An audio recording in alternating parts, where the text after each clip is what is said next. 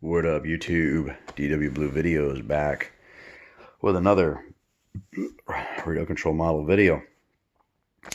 Yeah, I know. It's been a little bit, huh?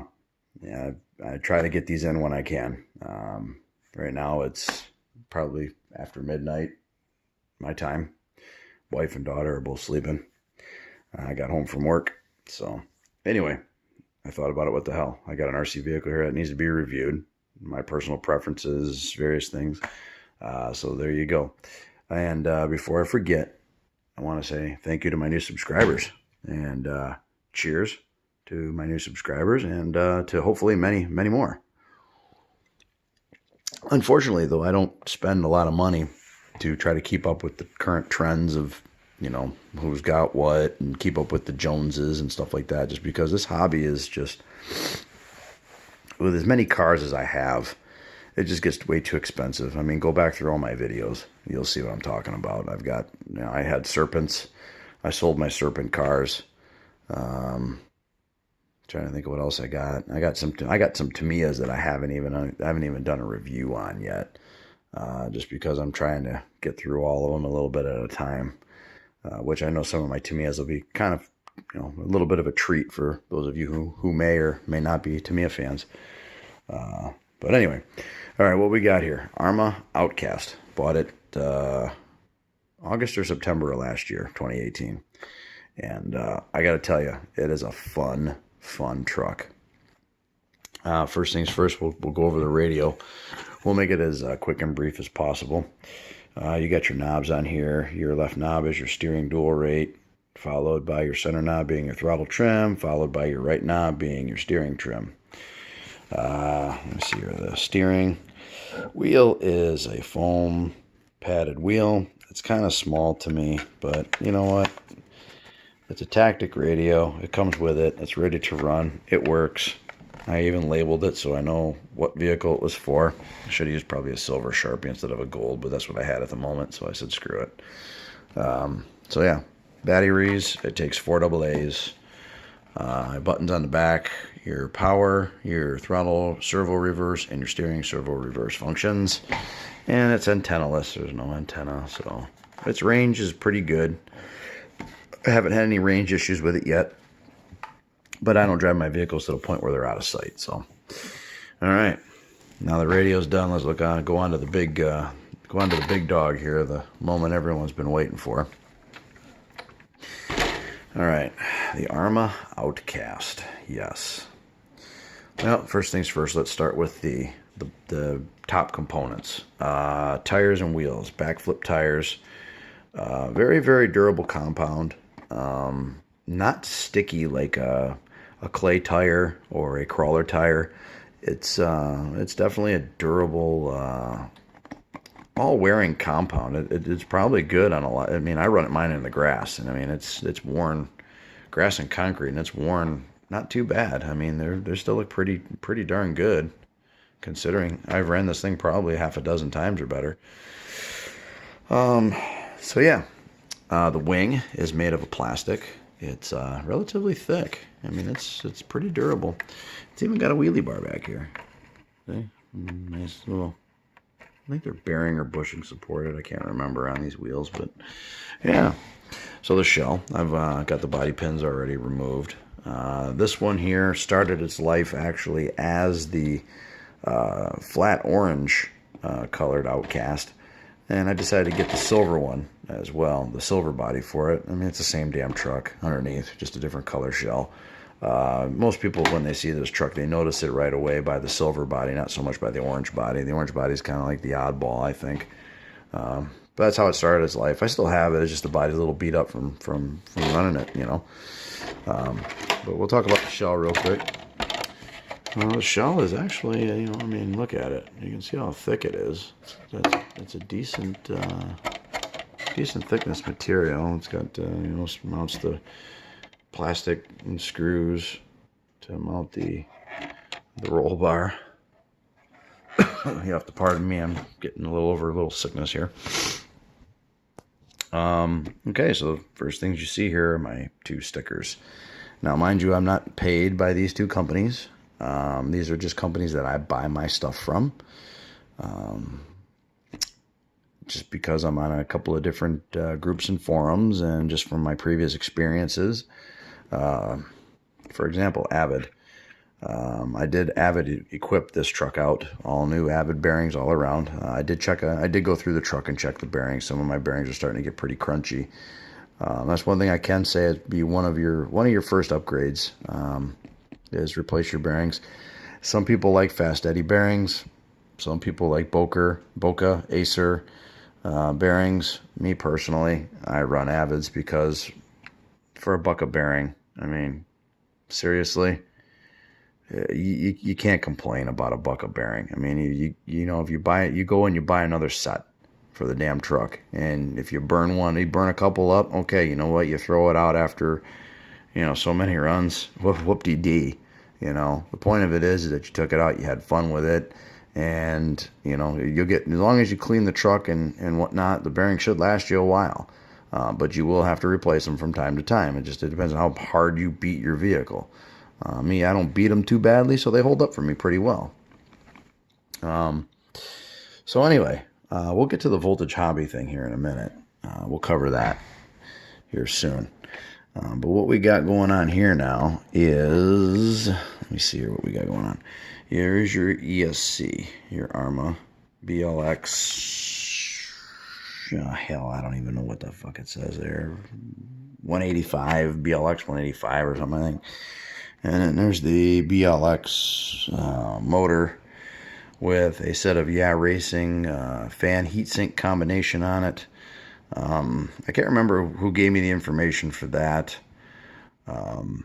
but I'll tell you that definitely keeps the motor temps down. Last time I ran this, my motor temps were pretty warm. I think we were pushing about 200, and I was like, yeah, we got to do something about that. And the weird thing is that I was running the stock size pinion, which one thing I will say about the stock size pinion is that it's a pretty decent pinion, but you are going to want something better. I've decided to pick up a stock size Robinson Racing hardened pinion for this motor in particular, and I got that on there now. And it's actually, the teeth are actually wider than the stock teeth on the Arrma one, which is good because to me it gives it more surface area. It gives the pinion more surface area to work with.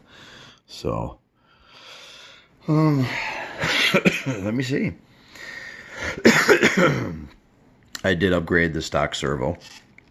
I went to a Power HD waterproof WP 23 kilogram. Stock servo, that's slow. Really, a lot of people I've heard a lot of people say that they're burning them out in this truck. They can't, they're just not torquey enough to handle the turning of the tires, and it's got some, I mean, this truck's got a little weight to it. It's not a light truck. Next upgrades, RPM arms, front, rear, and the front uppers. And that's about it. That's about it on upgrades from them. We'll go into the voltage hobby upgrades. Now, bear in mind, like I said again, I am not paid. I am not sponsored by any of these companies. These are all companies I've purchased from.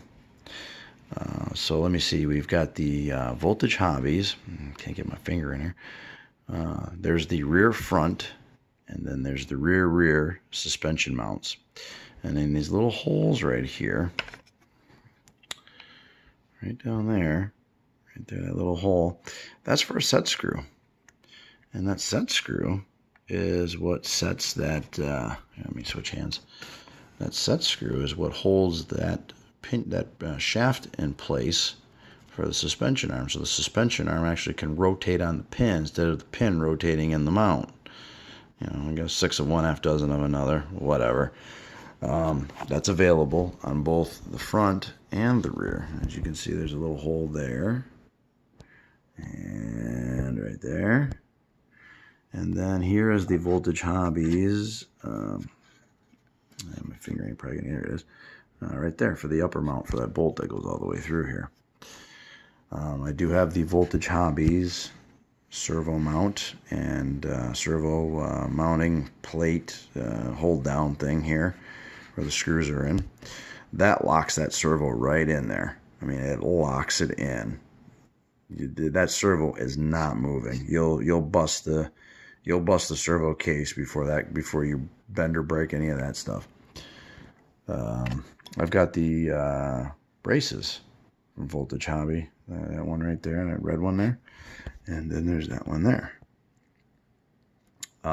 Fantastic anodizing, actually. It almost perfectly matches Arrma's anodizing, although Arrma's is a little more glossier, I think, in their anodizing. But yeah, not much to write home about the shocks. They do their job. That's all that matters. The differentials in this, I've gone through them. One thing I can say is definitely take a look at them, go through them. There's a gentleman by the name of Rich Duperbash on YouTube. He does an excellent video, and he does an excellent video on shimming these diffs inside these trucks, the front, the middle, and the rear, or vice versa. How to shim the diffs internally as well as with the ring and pinion.